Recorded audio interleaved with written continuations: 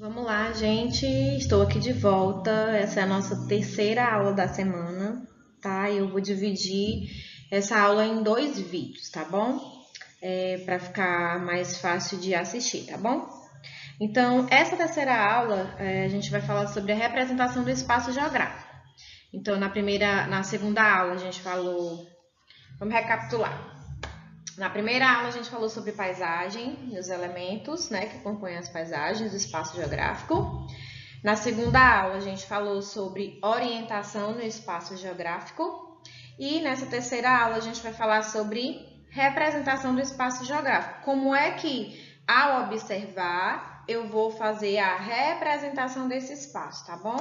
E aqui tem um globinho, que é um tipo de representação do nosso planeta, né? Do espaço em que nós vivemos, né? Lembra dele? Ó, também tem um pequenininho aqui na minha mesa, tá? Então, a gente vai falar sobre a representação do espaço geográfico. Então, vamos prosseguir, né? As formas que nós temos para representar o nosso espaço, ou seja, a parte do nosso planeta em que nós vivemos, né? A principal delas é o globo terrestre, né? Que vocês estão vendo inicialmente aqui, esse pequeno globo, e inclusive o que eu tenho aqui também, né? Que eu já mostrei aqui para vocês.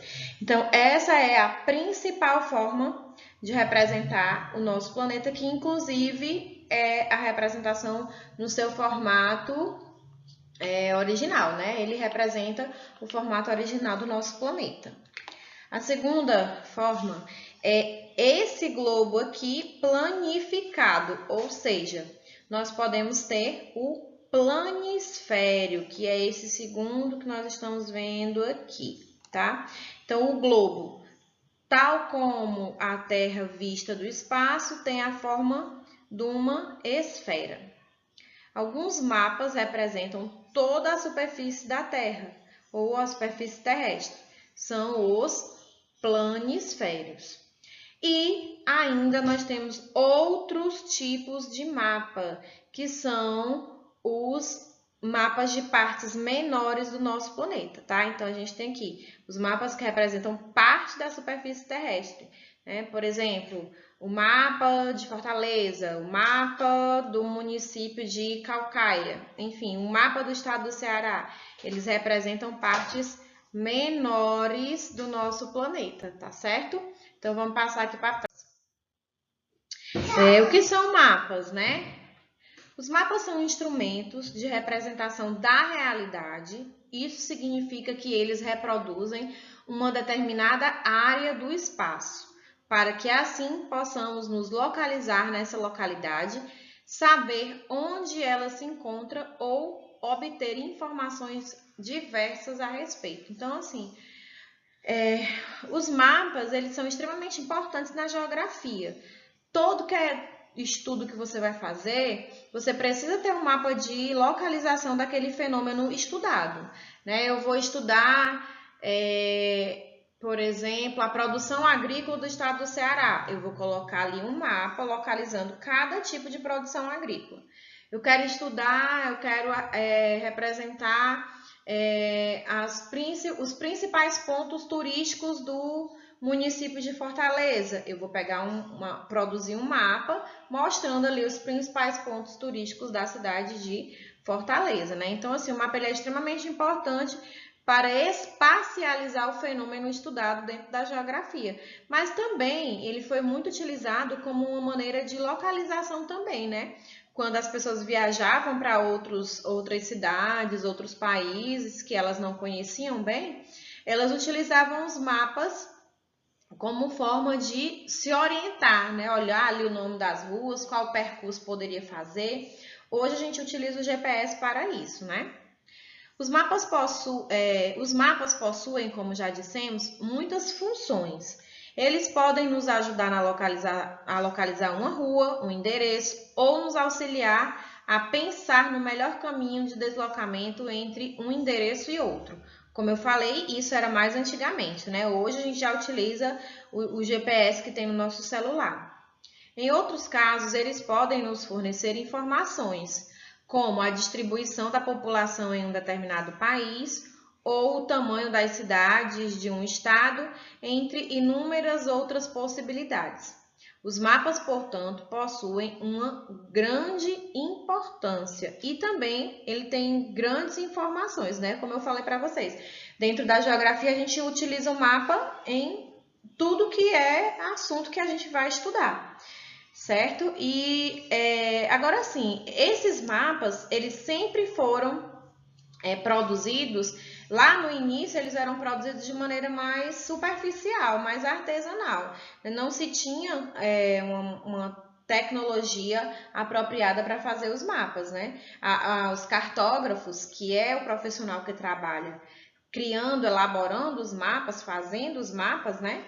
Eles apenas iam viajando pelo mundo, observando, assim como a gente faz a observação da paisagem, né, que a gente já falou, e eles iam colocando isso no desenho, iam desenhando. Então, os mapas eles não eram tão precisos como eles são atualmente, tá? Para a gente ter uma noção, basta a gente olhar os mapas. Por exemplo, os primeiros mapas que foram feitos do Brasil, eles eram completamente diferentes dos mapas que a gente tem hoje, né? Então, por quê? Porque eles eram feitos baseados no pensamento, na memória dos cartógrafos que faziam aquele mapa, né? Então, a gente pode dizer que eles eram mapas mentais, né? Inclusive, alguns de vocês fizeram essa atividade de criar o mapa mental, mostrando o percurso que você faz da sua casa até a escola, né? Foi uma das nossas atividades no início do ano. Então, a isso a gente chama de mapa mental. Por que mapa mental? É o mapa que a gente faz baseado nas nossas recordações, nas nossas lembranças, né? Então, antigamente, ele era feito dessa maneira, né?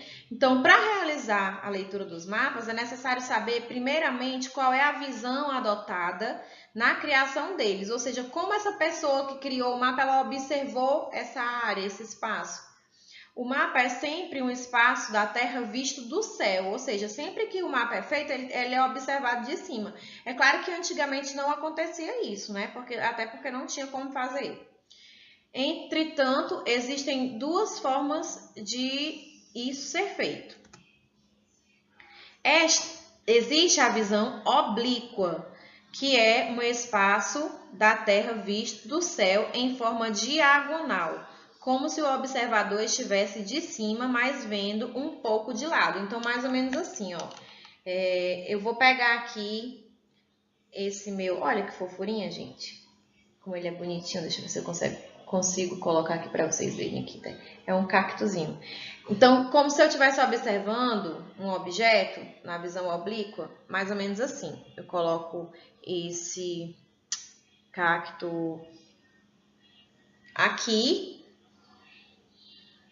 e eu vou baixar mais um pouquinho. E eu vou observar daqui de cima, tá? Então, eu estou tendo uma visão dele oblíqua, ou seja, de cima e de lado, tá? Então, eu vou formar um ângulo. Então, essa é a visão oblíqua, que é o espaço da Terra visto do céu em forma diagonal, como se o observador estivesse em cima, mas vendo um pouco de lado. Essa é a visão chamada oblíqua, e é mais ou menos... Essa aqui é uma visão de cima que a gente tem, mas ela é como se fosse uma visão oblíqua também do lugar, tá? Aqui tem uma visualização melhor pra gente, tá? Então, aqui, ponto de vista horizontal, ou eu posso dizer frontal, que é quando eu observo o objeto de frente, tá? Tô vendo esse objeto de frente. Então, essa daqui é a visão horizontal ou frontal. Estou vendo esses objetos aqui de frente. O ponto de vista oblíquo, gente, que eu estava tentando mostrar para vocês, não ficou muito legal, né? Como se o objeto estivesse sendo observado de cima e de lado. Então, eu vejo aqui, ó, os objetos de cima, porém, numa visão mais lateral, tá? E a visão vertical, que é a visão em que os mapas eles são feitos, nós temos aqui, né? Então, o ponto de vista vertical. É o mesmo lugar, gente, a mesma ilustração, só que vista de diferentes pontos de vista. Então, aqui é o vertical, olha só o que a gente observa, de cima para baixo, tá? E aqui, o terceiro é o resultado da observação vertical, como se eu tivesse criado aqui o meu mapa, né? O resultado do ponto de vista vertical, quando eu vejo aqui o meu mapinha observado de cima para baixo, que a gente chama de visão vertical, tá bom? Então, os mapas, praticamente todos eles são feitos com base nesse tipo de visão, ou de observação, de cima para baixo. E como é que isso é feito? Bom, lá no início era feito com os dirigíveis, ou seja, aqueles balões que flutuavam, né? E as pessoas observavam essas informações e elas iam ali desenhando, tá? Posteriormente vieram os aviões com as fotografias aéreas, máquinas especiais, que iam fotografando cada parte do espaço e ali depois o cartógrafo juntava todas as informações e criava um mapa baseado na visão vertical, na fotografia aérea. Hoje, o que se utiliza? Hoje a gente tem o que a gente chama de imagens de satélite, né? E o sensoriamento remoto que faz esse trabalho. Os cartógrafos atualmente eles utilizam vários programas tecnológicos, né, para criar os mapas, mas também baseado na visão vertical do local, tá bom? Então, essa é a primeira parte da nossa aula, tá bom? Gente? Eu espero que vocês tenham entendido. E na próxima aula a gente continua ainda falando sobre a representação do espaço geográfico e sobre os elementos do mapa, tá bom? Beijinho para vocês.